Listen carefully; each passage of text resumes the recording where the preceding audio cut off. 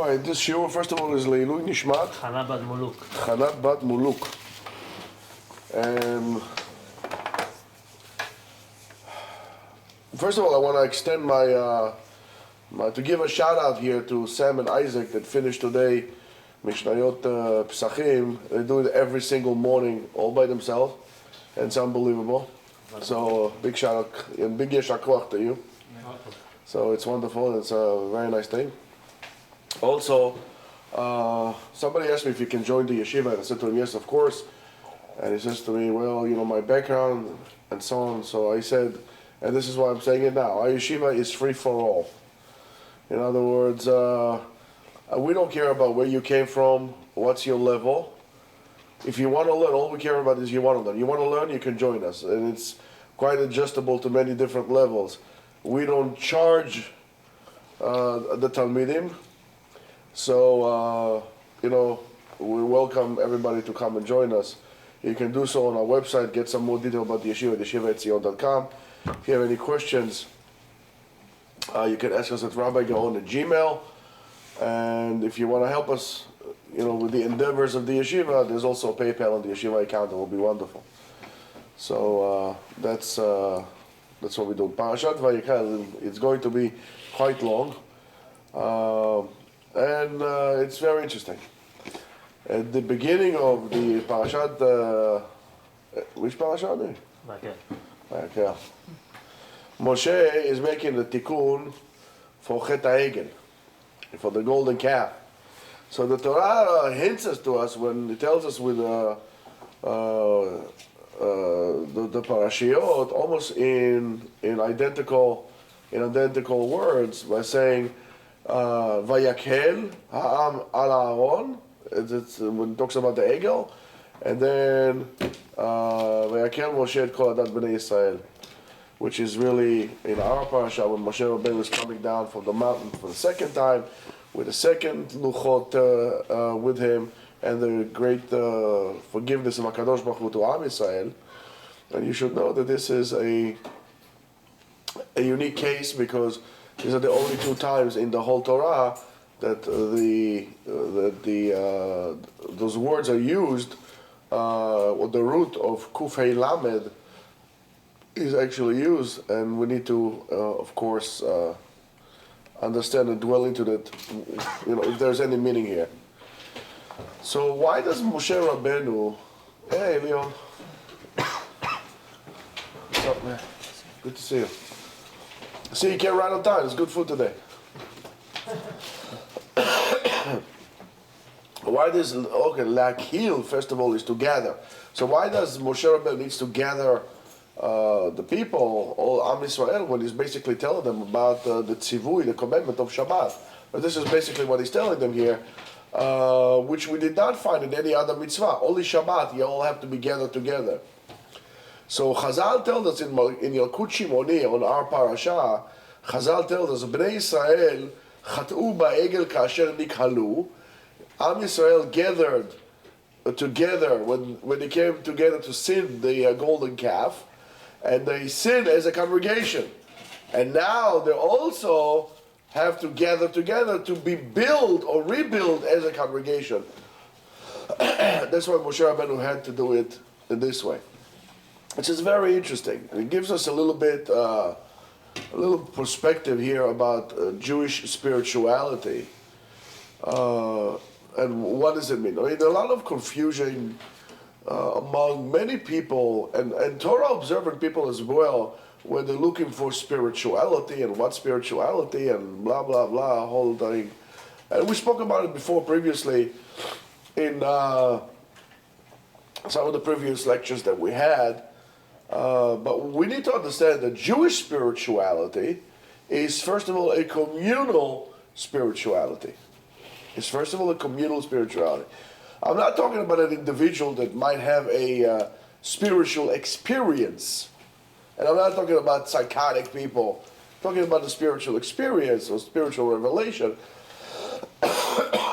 But Jewish spirituality as a whole is a community, is a communal thing, which is a social gathering and partnership, social partnership when it comes together which is a very, very important fundamental concept in humanity. Not only in the days of old, but also in our days, as you know, we'll maybe hopefully get in further.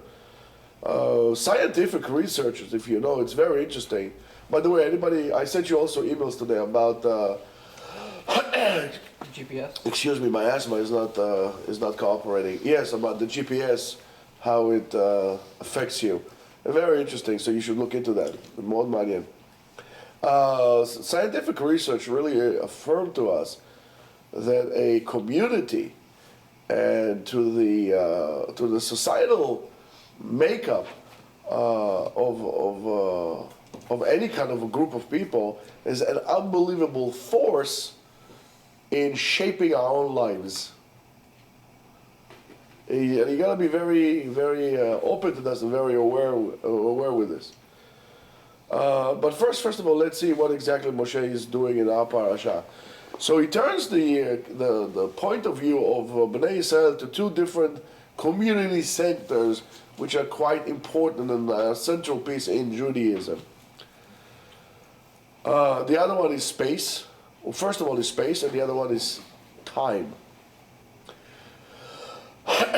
The focal point of Jewish community that is on time is Shabbat. All the Jews keep Shabbat, or all the Jews should keep Shabbat, or all the Jews used to keep Shabbat. But Shabbat is what we focus in around time, and space is the gathering space, the center, focal point in which we deal with in space. Later on, Beit HaMikdash served that purpose. Now that we don't have Beit HaMikdash, unfortunately, let's try to make the best out of it and understand really what Shabbat is all about. So you see that the focal point of Am Yisrael should be geared towards Shabbat. Not Mashiach, Shabbat. No, it's okay, right? Relax. It's okay. It's a heilige Torah here. It's a Geschmack Wort. So, however, we're not completely lost because somewhat of the glory of space still remain. Excuse me, and that's what we call a shul, a synagogue,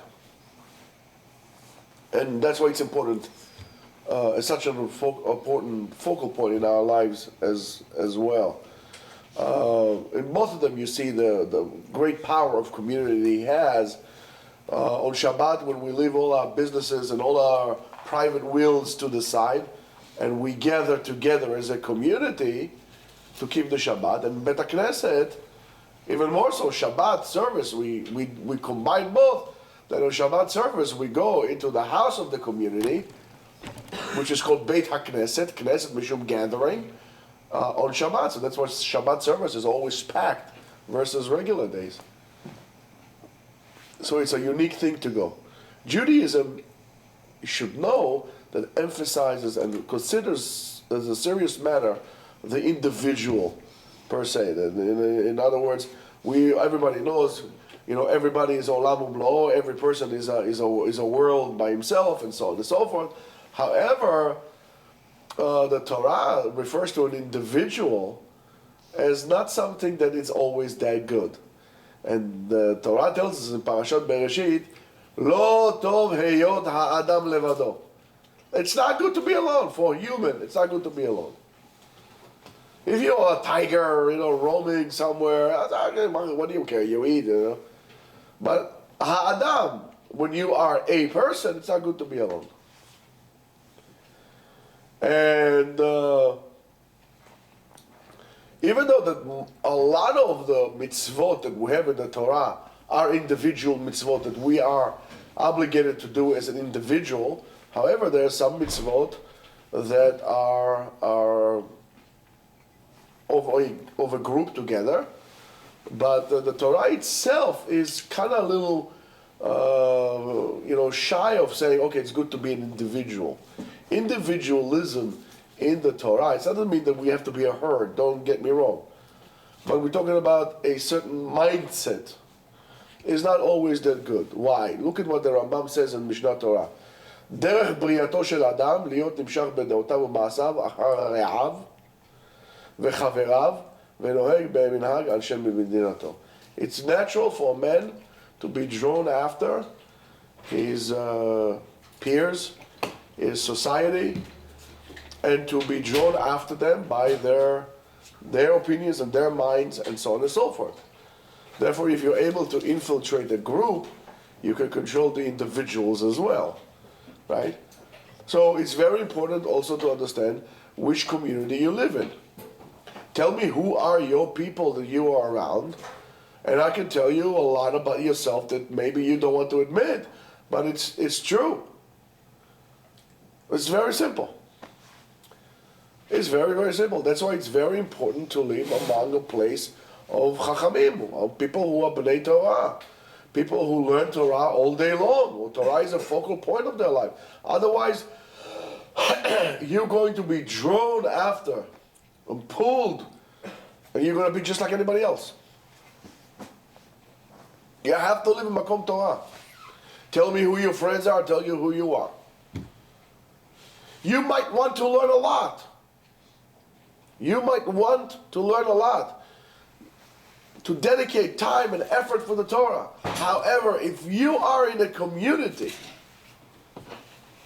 that does not considers Machshiv Torah as a high goal, you won't.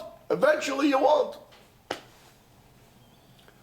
I always said, if I lived in Israel and I would watch TV there every day, just like the average Israeli, which is like hooked with an IV to news, I will hate religious Jews as well. It is unbelievable.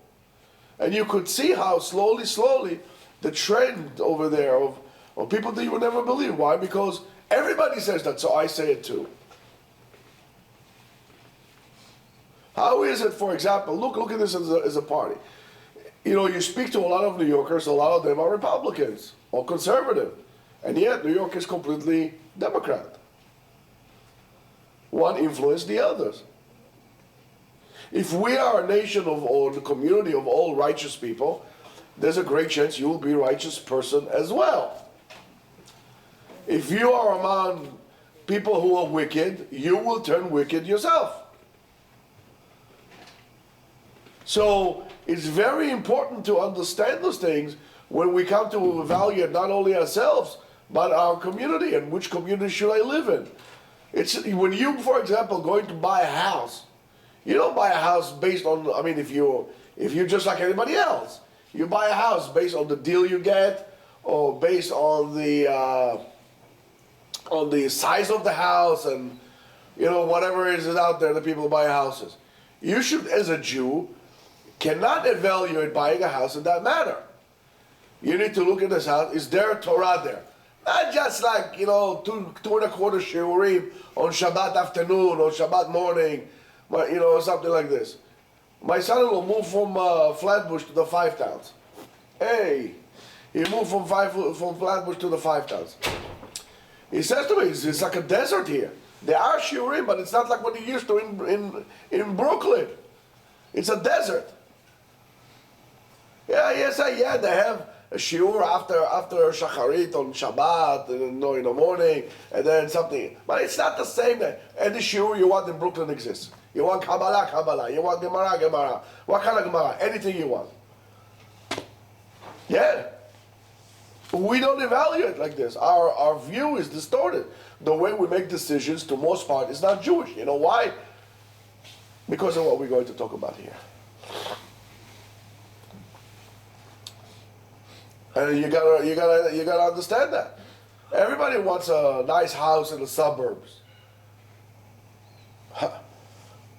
But are you looking, is there Torah there? And then you're gonna convince yourself, oh yes, there's a lot of Torah. There's not a lot of Torah there. If I have to give you a choice to live in Brooklyn, Flatbush, right, or to live in Great Neck, well, of course you can take Great Neck. Because it's Great Neck. More parking. Yeah, more parking, right. More parking. More parking. But no better midrashot. Eitan! How's the city wall going? Sit down. You understand how to make decisions. When you go to buy a house, you look at the shuls that are there. What's the interaction of the people? I'll tell you this: don't just buy a house, walk in and then buy a house. Spend a Shabbat there. Check around the neighborhood. Check around the community. Do your research. These are the things that are important to Jews. Not how much are the taxes, and how many bedrooms, and how much money you can do because it's an up market or down market. That's wrong. If you evaluate houses like that, or make decisions like that, well, you know that you're not making decisions according to the Jewish spirit. Tell me what your friends are doing. Are your friends looking to learn Torah? Or your friends are looking to bomb out? Because if they're looking to bomb out, you'll be like them. You're not going to be able to be mashpia them, to influence them. They have greater power than you. They're the majority. They're more than you. That's why I always hang around people who are better than you. So they can influence you better. Who will challenge you to become better, to strive. It's an outlook. So, and you know that Judaism is a communal religion. For example, all the holy things in our tefillah, kedushot, we only do when there is a minyan, when there's a minimum amount of men there. 10 men. You could say kedusha, you could say kaddish, yisgodol, right? You said only when there are 10 men there. So you learn from him, and as they say in Ladino, a moiradik idea. Holiness you can find in the klal, in the group, not in the individual. You could be the gra. If you daven by yourself, you can't say kaddish. You could be the Rambam, and if you daven by yourself, you can't say kedusha. You can't. But you get a bunch of Amaratzim, 10 of them, Amaratzim. And as a little kid, 13 years old, he knows how to read. And they say Kedusha, there's holiness there. It's a crazy idea. I mean, did you ever think about that?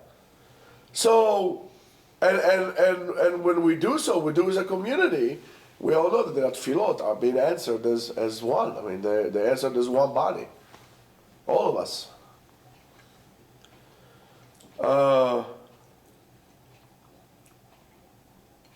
So therefore, in order to do a kapara on the sin of the ego, which they sin as a community, Moshe is striving to really sanctify the community in time and in place and in creating this thing. For example, if you look at Shabbat, there's a very interesting quote by this guy. His name is Michael Wilcher. He's a philosopher from Princeton University. He writes on the difference between vacations to vacation days to the days of Kedusha, especially on Shabbat. And he says that the idea of vacation as a individual day of celebration is a new concept by itself. Going on vacation, my own vacation. And he says, something. It's a concept that probably started around the late 19th century. And it's very individualistic or family based. I'm going on vacation, I'm going alone. And he says every person arranges or plans his vacation. He goes to whatever his heart wants. He does whatever he feels like. Where Shabbat is a collective in his essence. How? Ata, ubincha, ubitcha, ve'avdecha, ve'amatcha, uvehemtecha, ve'gircha Hashem b'sharecha. You, your son, your daughter, your wife, your everybody, animals, everybody celebrates Shabbat. Therefore makes the Shabbat a public thing. And Shabbat is geared for all. everybody's equal to Shabbat, everybody's entitled to Shabbat, and everybody can join in and enjoy Shabbat itself. To vacation, you go as individuals. To Shabbat, you celebrate as a community. One of the things that separates Am Yisrael from the rest of the nations is Shabbat. As an individual is the kashrut, as a family is the taharat mishpacha, and as a nation is Shabbat. But we all the Jews experience Shabbat as one. You go to Eretz Yisrael, which is in terms of the time spread, it's a smaller place. Everybody in Israel celebrates Shabbat at the same time. That's why you feel the Shabbat landing upon you. You know, Eretz Yisrael, you know, you go to Israel, 3, 4 o'clock in the afternoon, even in the summer. You know, you feel the Shabbat coming over you. Because everybody celebrates it together. You don't feel it so much in America, because even if I'm in New York, there's somebody in Rochester, you know, Shabbat for him is another, hour. So you don't feel the whole magnitude of Shabbat. But argument's sake, you go to a place like Borough Park, you feel something, but you know something is missing. Everybody together. It's a whole place of all Jews. You feel the Kedusha. Why do you feel the Kedusha? Because the Tzibur participates in doing something together. You go out on the island, to Long Island, right? So you have a Jew here, a Jew there, a Jew there, a Jew here, yeah, so on and so forth. And you don't feel the Shabbat, you don't feel the Kedusha. Even though they're all gathering to shul. But it's so spread apart, they can't put it together. I mean, now you might understand why is it, I feel so special in Israel. That's why. Because you feel the magnitude of Kedusha. But you could do so here also. Not to the same capacity as it is in Israel, but you could do so also. But you got to choose very carefully your community. Yeah, that's why it's important to have a community that everybody is Shomer Shabbos. Not the one who drives to shul, comes from the train, and then he goes home, takes a shower, you know what I'm saying. Shabbat is Shabbat. No loopholes. I keep telling this all the time. You run to too many loopholes, eventually one is going to become a snare on your neck. You can't do that, guys. By the way, eat. Don't forget to say Leilui Nishmat, who? Chanabat Muluk. This is the din of Bet HaKnesset, the shul, which is a community temple.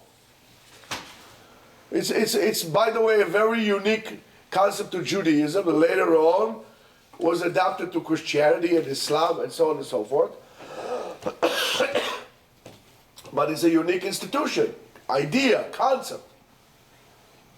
But let's talk about it 1 second about individualism. If you look, for example, at Americans, right? American sports used to be a big thing of team sport, right? Where you could go and, you play team, you play, there's a lot of basketball courts here. I'm sure in the 70s they were packed with people. But the young guys, the same amount of young guys, well, they're not. Why is that? Because people became individual. They play individual sport. When we were kids, we would play cowboys and Indians, cops and robbers. I was always the Indian. And I would always win. I would always win. I would never let the cowboys win. Just like that. Then I would do, torture and tie the, anyway. Listen, being an Indian, Comanches, I'm serious, I'm always the Indian. I love to be an Indian. I don't know.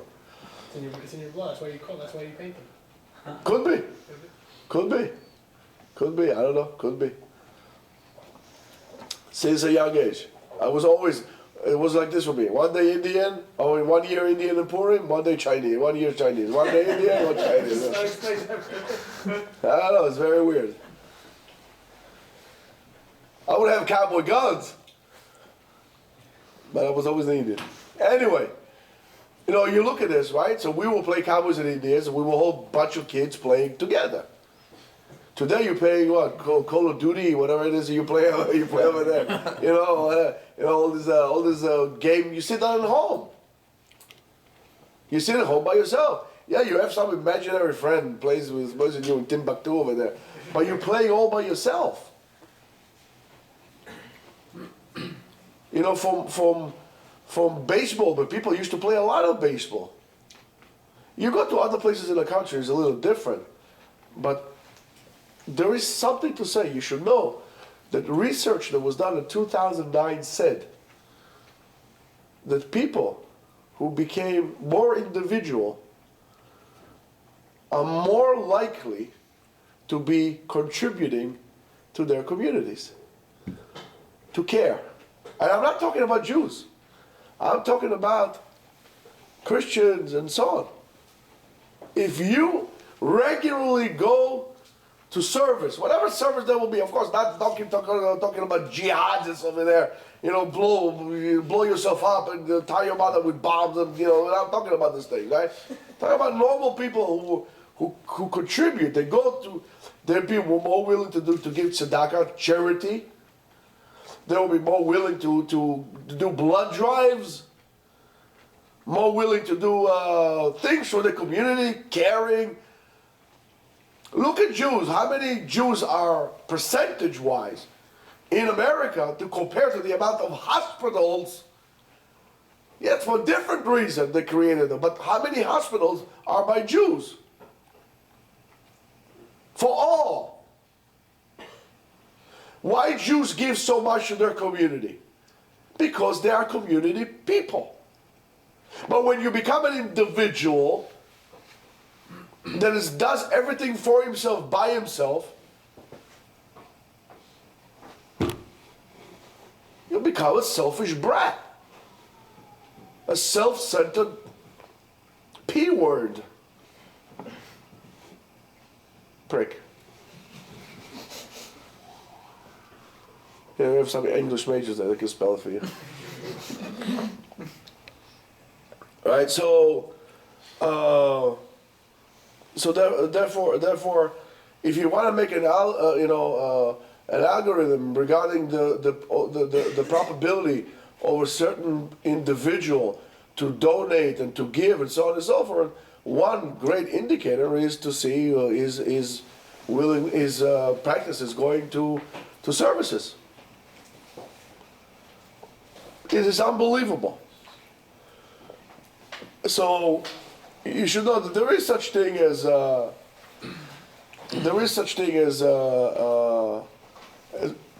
as we said before, as peer pressure and not only pressure but influence or social contamination in terms of like we all attracted from others.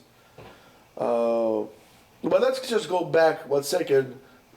Just do another snap and go back to Moshe and the Hakala and Vayakhel Moshe. So Moshe gathers the people, and then he puts in the middle of the religious life, he makes it the center is the Keilah, the community. And by doing so, he's demonstrating the ability of the community to do good. Because until that point, people thought that because of the Egel, community always does bad. When they gathered together in Migdal Bavel, it was to rebel. So we always thought that that a group of people only can do bad, can never do good. Comes Moshe and he changes the whole concept, and he says a community is actually a force that could do good, and it could do a lot of good. So that's why one of the concepts of what we call Emunat Israel is redemption from loneliness. That's why we should be very careful, and the Torah gives a lot of emphasis not only to take care of the weak people, but also the lonely people. If, for example, God forbid, a woman is an almanah, she's a widow, and she has children, and they're orphans, but she has, $2.3 billion in the bank account. Okay? But she's a woman, Yirat Shamayim. We're not talking she's gonna make herself a husband from I don't know where, you know, some toy boy from who knows where. Because if it was a man, he will go to Thailand, will do a baby daddy do for me, you know, get a woman, right? That we are commended in almanah. When the Torah says you have to worry about the almanah, it's not only about a widow who needs money, but a widow also who is lonely. You have to let them into your house. You have to make sure that's why, you know what, that comes to think about it. That's why I think maybe, you know the song of the Beatles, Sgt. Pepper's Lonely Heart Club Band? Yeah. Ringo Starr sings that. With a little help of my friend, you know, he's a Jew. The weak link. The missing link. But he's a Jew. He's the Sgt. Pepper's Lonely Heart Club Band. He gathered all the lonely people. We don't take credit for Ringo. No, we don't. No, listen. Listen, you know, it happens in all families, you know. But not for nothing. Not for nothing. So so Moshe Rabbeinu gathers the people and he tells them about Shmirat Shabbat. He says, Sheshet Yamim Ta'aseh Melacha, 6 days you're going to do work, Ubayom HaShevehi, on the 7th day, Yeh Lachem Kodesh, it's going to be holy. Shabbat Shabbaton LeHashem, Kol ha'oseh bo melacha, yumat. Everybody is going to do any work. Right? Allah Istar. So only after he commends them on Shabbat, he commends them to build the Mishkan. K'chu me'itachem teruma leHashem, and so on and so forth. In Sefer Tanchuma, in Pekudei, Bet, he says a Shabbat is Zecher L'Maaseh Bereshit. It's a commemoration for creation. And so is the Mishkan. Is a commemoration of creation. And it says that Sheishva Asiyat HaMishkan L'Briat Shamayim Va'aretz. Compared building the Mishkan to creating heaven and earth. Am Yisrael is commended on doing, on Asiyah, always to do. But there is another, there is a purpose that has to be together, right? And it is like this. The 6 days of Ta'avod, right? 6 days you should work. Bashvi'i, on the 7th, Tishbot. You have to stop. Pay attention. We need to also understand that human creation also needs to be sanctified. And therefore we could see that when Am Yisrael builds the Mishkan here, he's creating a new world by itself. He's creating, he's manufacturing, and by doing so he's sanctifying, and by sanctifying what you did, you fulfilled your purpose. So is Beit HaMikdash. Beit HaMikdash was the same thing. So there is an ability to sanctify everything that you do. It's a very difficult thing. Everything that we do. Sheshet Yamim Ta'avod, Bashvi'i Tishbot, and so on and so forth. And then you're going to become Kodesh. But what do we do, especially for you guys who are at work or going to go to work? What do you do when there's two important values, there's two different purposes of Sheshet Yamim Ta'avod and Shvi'i actually colliding with each other? What should be pushed away from the other? It's a very good argument, by the way, to pay attention to for those of you who should want to go to Yeshiva to learn, and people will tell you, why do you need to study Yeshiva? You have to go to work. Go to work. It's enough sitting in Yeshiva and learning. Go become an accountant. Count the time on which you're wasting. Go to work. Trabajo. Rabota. Go to work. It's enough learning Torah. How much Torah can you learn? Right? You can't bring Parnasa. Can't bring Parnasa. It doesn't make a difference. At the end of the day, you're not going to take Parnasa with you to Olam Haba. That doesn't make a difference. Somebody yesterday, I was at a wedding yesterday, I saw this guy, I love him. You know, Shimon. He says to me, there is a concept that says, Al tashnicheli le'ed zikna. Don't throw me away on my old age. So he says, Al tashnicheli le'ed zikna doesn't refer to the money. It refers to your children. Because all the money in the world,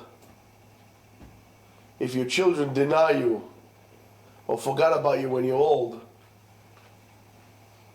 there's no greater curse than that.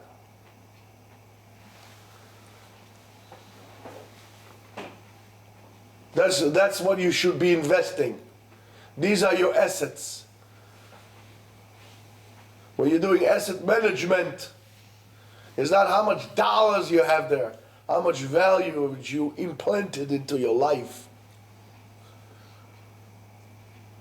But still, we have to do Sheshet Yamim Ta'avod U'Bashvei Tishbot. So what comes first when those collide? When people put pressure on you, as we said before, to leave Yeshiva and go to work. It's huge.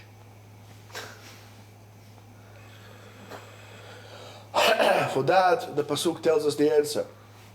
Et Shabtotai Tishmoru U'Mikdashai Tirau. You're going to guard my Shabbat, and you should have or in my temple.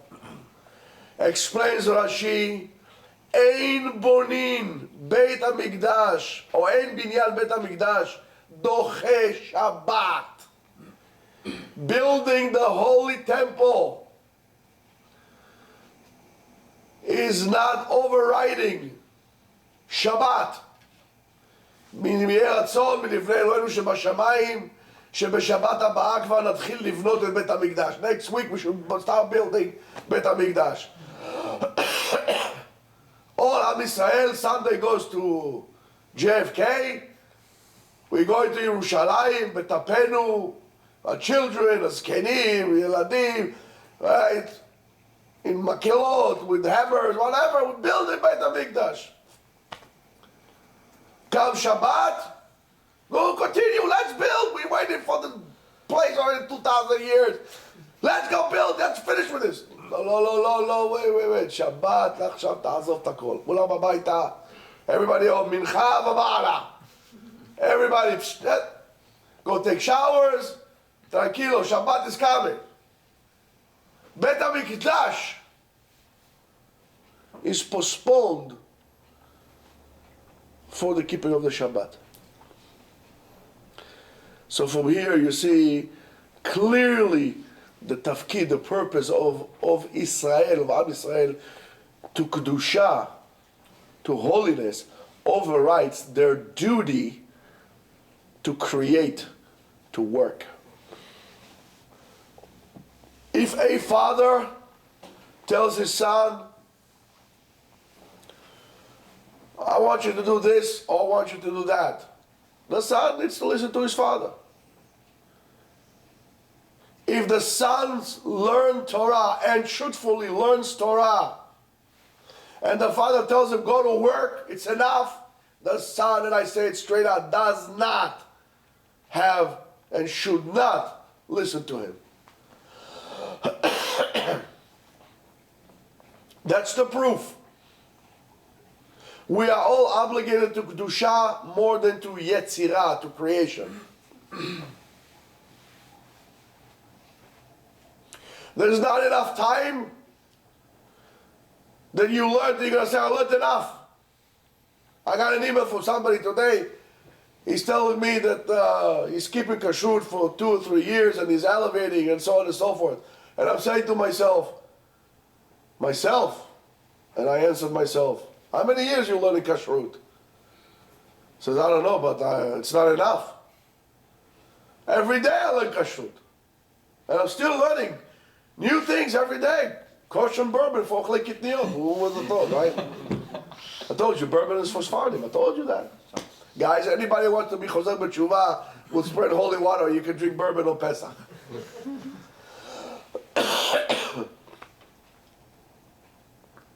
Every day you learn. You're mechuyav to det kedusha more. You cannot sit down idle, batel at your home, do nothing. Kacha, ala franji. No, that you can't do. You have to go to work. Do something. Batala meviya yedei zima. It's going to cause you immoral behavior, sitting down bored out of your mind. Somehow you sit at home, your head always ends up going south. You know what I mean? No, you can't. You sit down doing nothing, go to work. However, if you can learn, and you don't, then you can poshea. Lama? Because Am Yisrael is metzuveh for kedusha. Ve'ayitem li goy kadosh u'mamlechet kohanim. We are commended to kedusha. That's what makes it into a nation. So we need to do whatever we can for the kedusha of Am Yisrael, and then for your kedusha. Jewish wisdom is an unbelievable wisdom who requires tremendous amount of self-improvement and working on yourself all the time. Al ta'amin ba'atzmecha ad yom motcha. Don't believe in yourself until the day you die. You always to work. Be on guard. But the Jewish wisdom also tells us, we're talking about Mashiach, no? Jewish wisdom also tells us is to know when to stop working ולשבות את השבת, and to keep Shabbat. In the other word, also, sometimes we need to stop the kedusha and go to work and create things. There's a limit. A person who is not able to understand those boundaries is putting his life in danger. Boundaries, Rabotai, I'm going to tell you something else. Boundaries are a sign of wisdom. Only a free man can put boundaries. A slave doesn't have any boundaries. His boss tells him what to do. Sometimes, as I say, we forget your head, even in Yanei Kedusha. And there is a great sin in that. What does it mean? When you are completely indulged without any ability of self-monitoring and self-control, even if it's going to be involved with Torah, it could be an Avera. It says, I'll give you an example. It says the Gemara in Masechet Ketubot, Daf Samech Bet Amud Bet. The story of Rav Chumai. So he went to Rava in Mechoza, and he used to come to his house, back to his house, every Erev Yom Kippur. One day, he learned the Sugya in the Gemara a little deeper, and he delayed. And his wife was saying, "No, achshav hu ba, he's coming now, he's coming now, he's coming now." And he didn't come. You see, he used to come home once a year. Chalsha da'ata, she became very upset over this, very saddened. Maybe chas v'shalom, something happened to him. And a tear went down her eyes. Hayahu yoshev al hagag. He sat on the roof. Nishbar hagav tachtav, nafal v'met. The roof collapsed, and he died. There was time for you to go home. You need to go home now. Your wife is waiting for you. A whole year she's waiting for you. Avodat Kodesh. Sugiya, you're learning. But now there's a limit. You need to go. Bdikat Chametz. Same thing. Don't start learning alone. There's a limit. Don't be holy. All of a sudden, I want to learn now. Oh, what? It's 5 minutes to Bdikat Chametz. Let's take the Gemara. Let's make some people pull together. No. Now you can't do.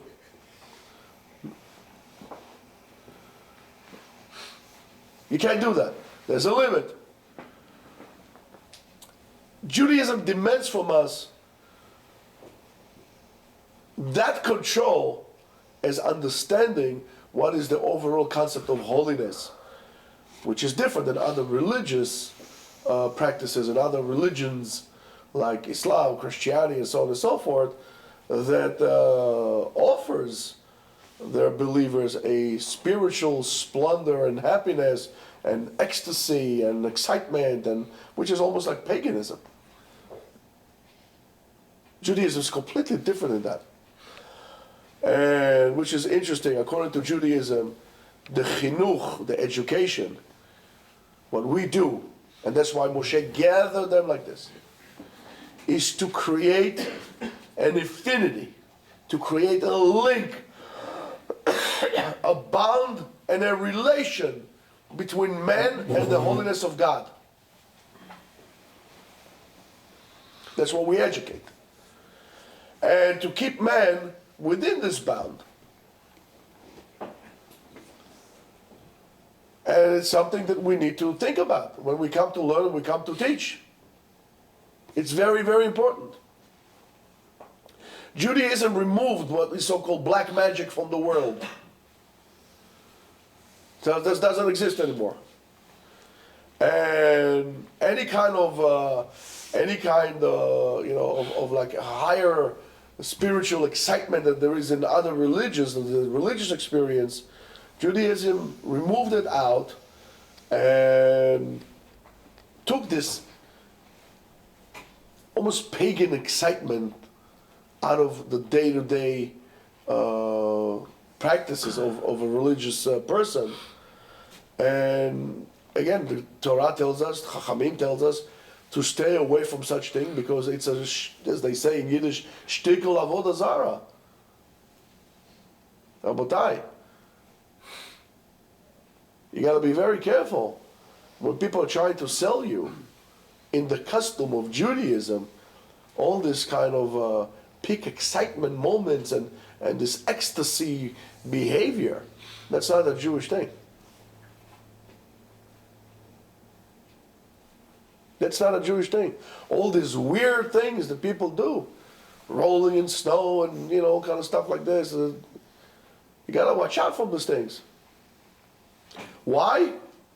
Because anything like this is not controllable. You can't control it. You can't control it. You can't evaluate it. And then you lose control. And then you get the egel. Then you get the golden calf. Out of control behavior. Just like in the golden calf. Judaism says this is not like this. To the antidote of the golden calf and this kind of crazy behavior, singing and dancing until you go. We don't do such things. Weird things like that. Spin around in circles, They're rolling dervishes. We're not dervishes, exactly. The rolling dervishes do that. We don't do those things. And this is why we should not have a dedication like this without limits, without control. And to the world of the Torah, which is Kedusha and Shabbat and so on and so forth, the Torah Israel talks about of the Jewish world has two different aspects to it. Kodesh and Chol. Holy and unholy. You can't be completely holy, you can't be completely unholy. You have to have a mixture of both of them. Kodesh v'chol. Shabbat and Mikdash. Torah ve'avodah. But not Torah ve'avodah like the Tzionim, right? We're not talking about that. Erasing the boundaries between holy and unholy, that's the beginning of paganism. That's why Chachamim try to stay away from that.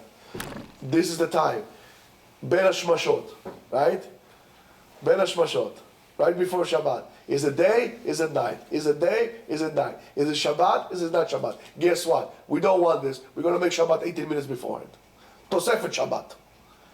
That's it. That's why you should know, now you understand, when Bilam came and wanted to do his magic, he did it right at the moment, between night and dawn. Right then, you can do the magic. Judaism says, Habibi, that doesn't exist to us. We take it out. Guys, it's so good to be a Jew, you don't know. It really is. But being free is understanding that there is ability to control, to supervise, to define boundaries.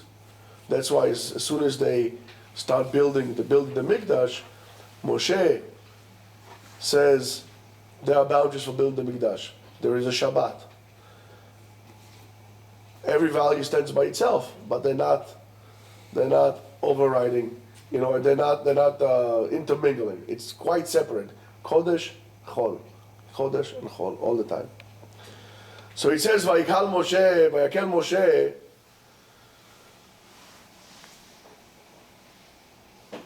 And that really has to do with Shabbat. It is very important to gather in Shabbat and learn halachot Shabbat. As much as we learn halachot Pesach and Pesach, halachot Chag bechag, Atzeret be'atzeret, and so on and so forth, it's very important to learn halachot Shabbat on Shabbat. Especially when you talk about halachot Shabbat, that there's so many little halachot, and if you don't learn it well, you're actually going to come to violate it. Here in the morning, how long we said that we were learning already in the morning? The Mishnah Berurah halachot Shabbat. 8 months already. We're not even near anywhere. We're just in the beginning. Siman Shim, Shim Bet, right? I wasn't here today, so they went further. 8 months. And that's, besides the halachot Shabbat that we've been doing for years at night. However, it's very important to learn halachot Shabbat on Shabbat as well.